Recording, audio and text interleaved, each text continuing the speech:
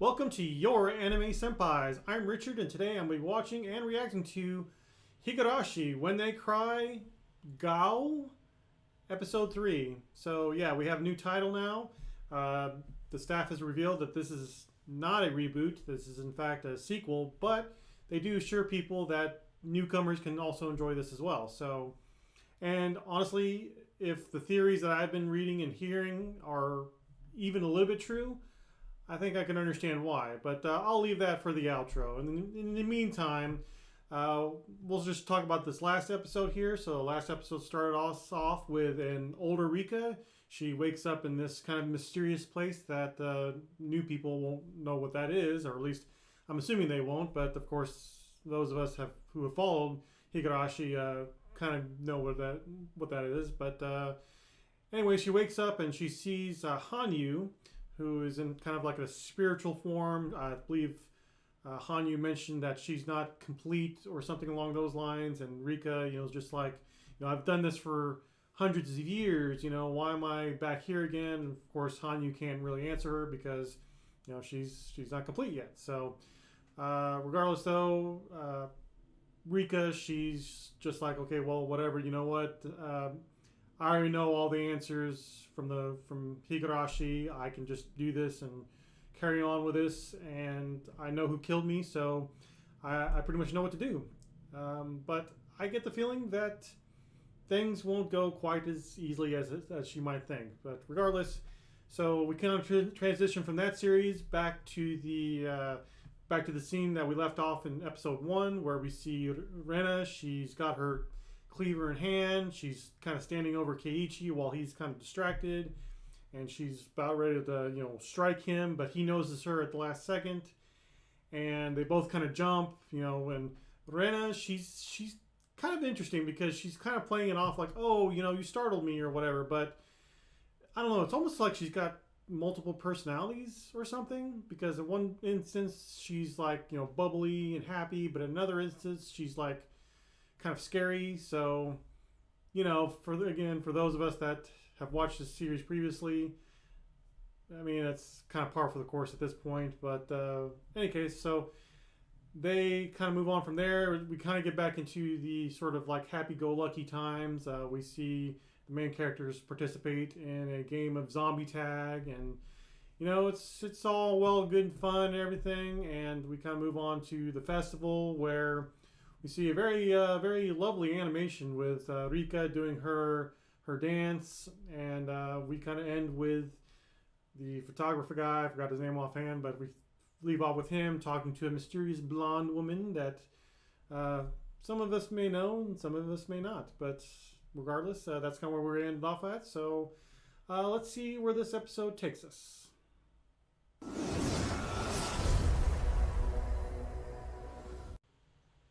Yay! Good job, Rika. Oh, see, the animation with the clapping is kind of weird too. I don't know.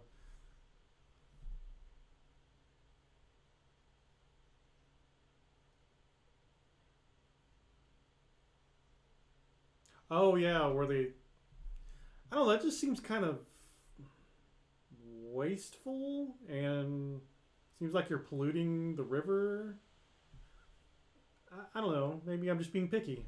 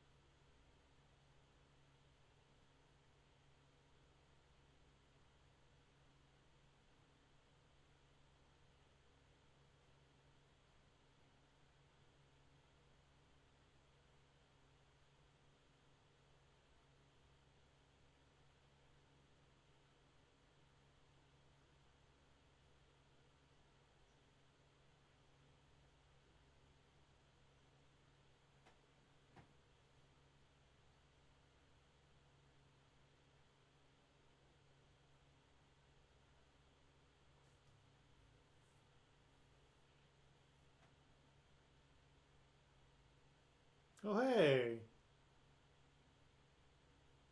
He's like, oh. Yeah, I was going to say, because they were teasing him last episode about having a girlfriend. And what are you doing, Rena? What are you doing? Like, what is up with her?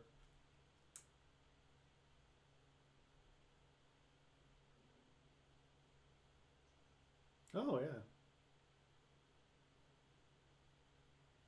Is there? Is there actually? Oh. Oh.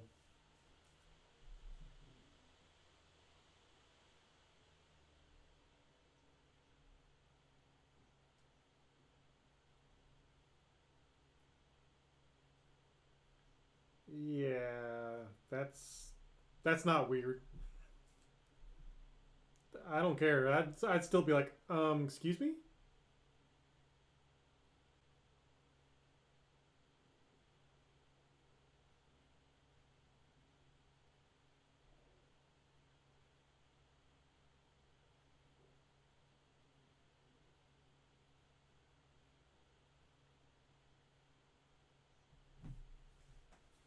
Hmm. Yes.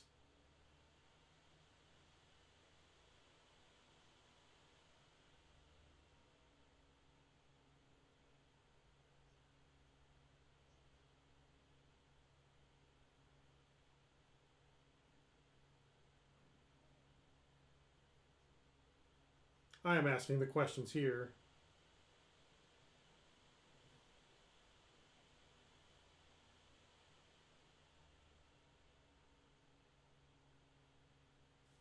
Yes.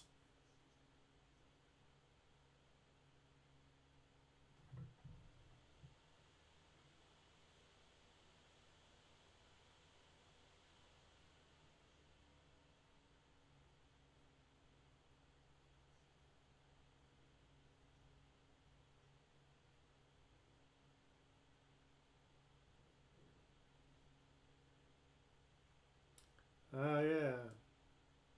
So we come back to this.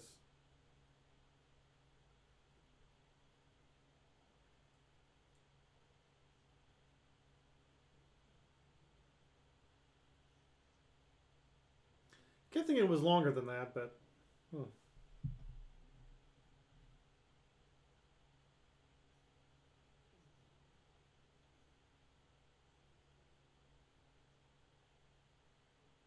Are you telling a kid this? Hmm.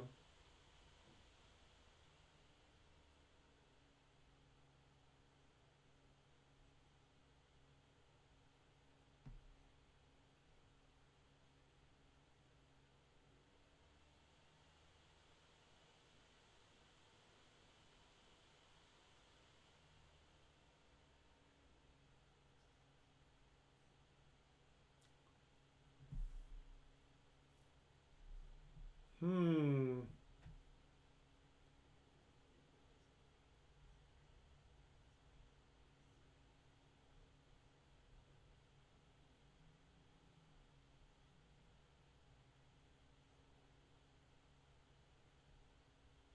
Oh.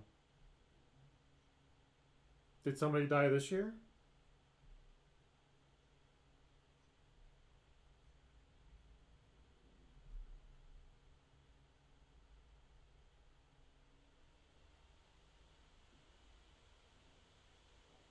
Oh, wait.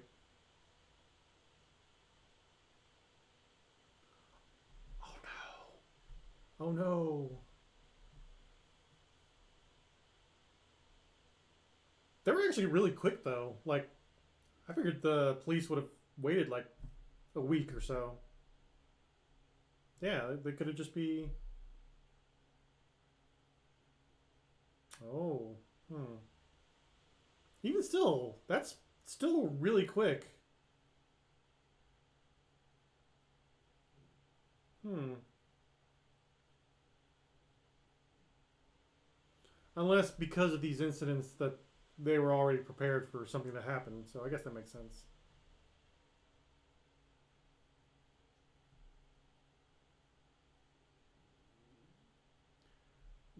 Yeah, yeah.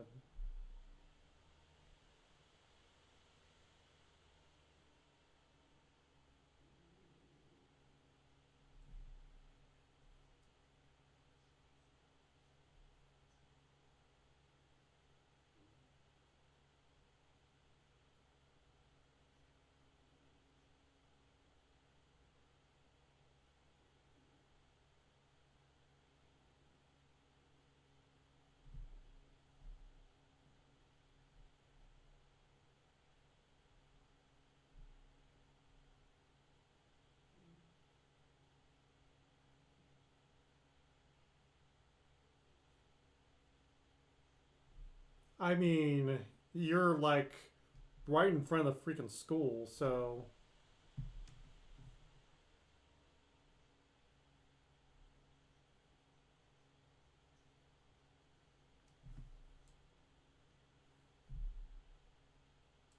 plus they are also kids, and kids have a tendency to,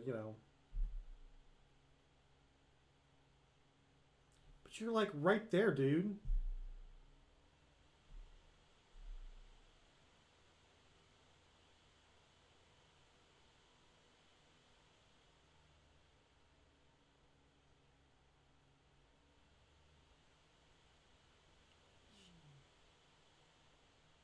No. Yeah, I was gonna say no.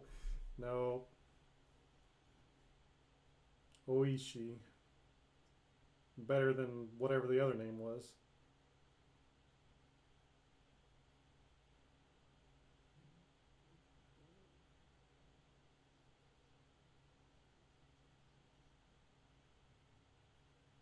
Hmm.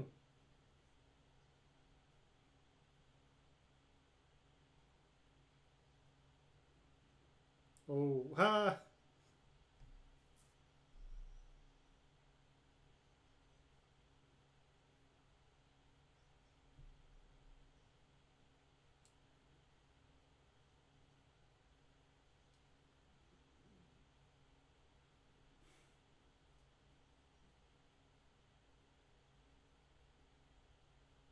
Oh, wow.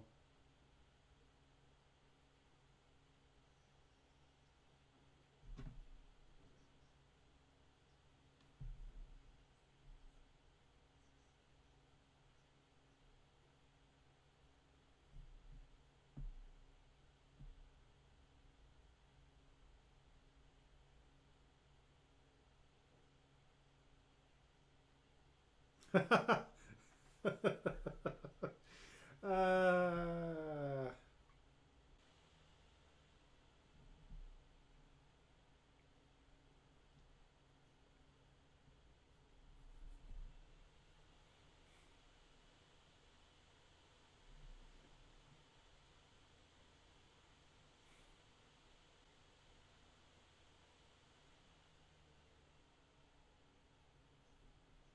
oh, okay. Just be super obvious.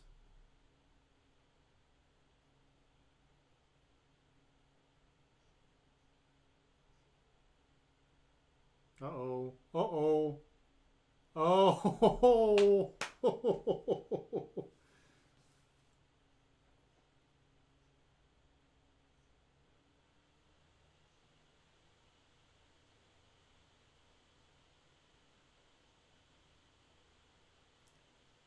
Yikes. Yep.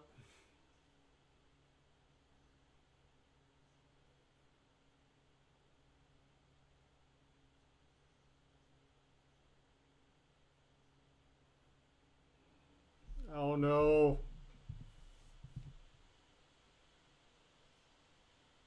Oh. Oh boy. Here we go.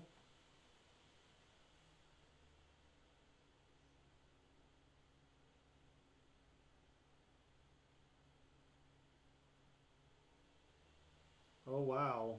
She's got the glowing eyes too. Hmm.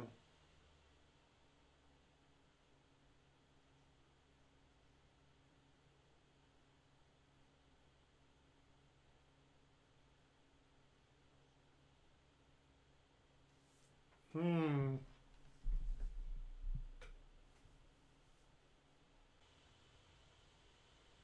I still feel like as a police officer, or detective, he's still giving this kid way too much information.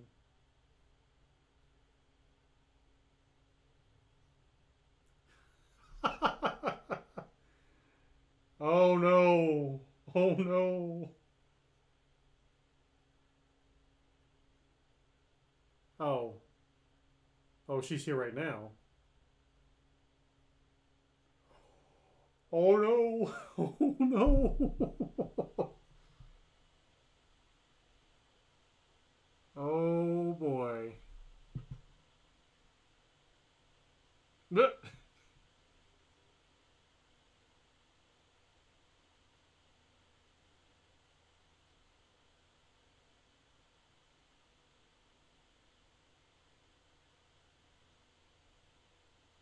Yep. She knows everything.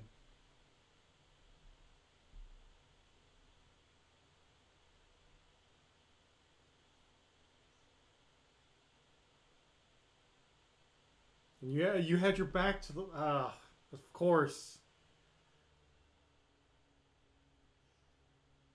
But wait, his dad didn't see her leave though.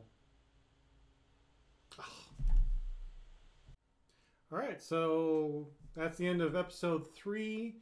I just want to say 2 thumbs up because honestly, I completely forgot for some reason. I don't know how I forgot this, but completely forgot about the Usoda that comes with this series. I guess the trope or the meme or whatever. But yeah, that's just kind of a thing that they say, and or at least I'm sure people that are already familiar with the series already know. But for those that aren't familiar, don't be surprised if that comes back around. Kind of like the Nipa, which actually we haven't even heard that since the first episode, right? But anyways, but yeah, so Rena, man, getting back to being creepy again, as per I guess usual. Pretty funny how she knew pretty much everything that Keiichi was up to, even though really the poor guy was not really his fault. He's just kind of dragged into this by Oishi. But you know, I mean, she does make a good point. Like everybody's got their secrets, so but this one could potentially cost people's lives. So you know, I mean, come on here, let's talk about this right now without violence, preferably. But yeah, I do like. If I remember correctly, though, in the original series, her like I guess Usoda face, whatever you want to call it, was much more scary. This one was still pretty good though. I still appreciate it. She still got the glowing eyes, or not even still, but she has the glowing eyes, kind of similar to what Rika has. So I don't know. Is this all connecting? Because I don't remember that being a thing in the original series. Uh, Anybody who's watched it though, please feel free to correct me down in the comments. But pretty sure that wasn't a thing. So whatever. But moving on to Oishi though, I kind of find him. I don't know. And maybe I'm just remembering him wrong, but it's funny how he's supposed to be this detective, obviously a seasoned veteran detective or whatever, police officer, what have you. But like for this small town, village, whatever, like he's making himself to be super suspicious. Like I don't know. He's talking to Keiichi. He's giving him all this information too. By the way, like. I don't know if that's really protocol. Usually, I would think that police would only offer up just enough information just to kind of get what they need from whoever it is that they're getting information from. But otherwise, just kind of keeping most of the information to themselves. And maybe that's the case here. Maybe Oishi knows a lot more than he lets on. But I don't know. It just kind of seems like kind of odd that he's telling this kid. Now if Keiichi was like 20 or 30 years old or something like that, but he's only a kid. He's like what, 14, maybe 16, roughly. Probably 16 is more accurate, but regardless, he's still a kid. Like you don't want to tell him, oh, by the way, yeah, there's been like murders that's been happening. You know, I mean, I guess he already knows, so it really probably doesn't matter. But and again, his life is probably on the line. But even still, he's a kid, and you know, I don't know if I could trust a kid well enough, like just some random kid that I've interviewed or whatever investigated. I don't know if I would trust him enough to be able to have him hold on to this information because obviously, obviously he's already kind of spilled the beans a little bit because Rena now knows, or she's already always known, which I guess maybe that's really more Oishi's fault than Keiichi's, but still, between Keiichi and Oishi, we've probably got the worst investigation going on right now because, you might as well just come out in the open and be like, yeah, hey guys, I'm here to investigate these murders that have been happening for the last couple of years, but whatever, I guess. We'll see what happens. But yeah, like I said, overall, I do really enjoy this episode. Curious to see how this all unfolds. I'm going to leave it there for the episode for right now. Now, I do have some theories that I want to talk about, or at least one big theory I want to talk about.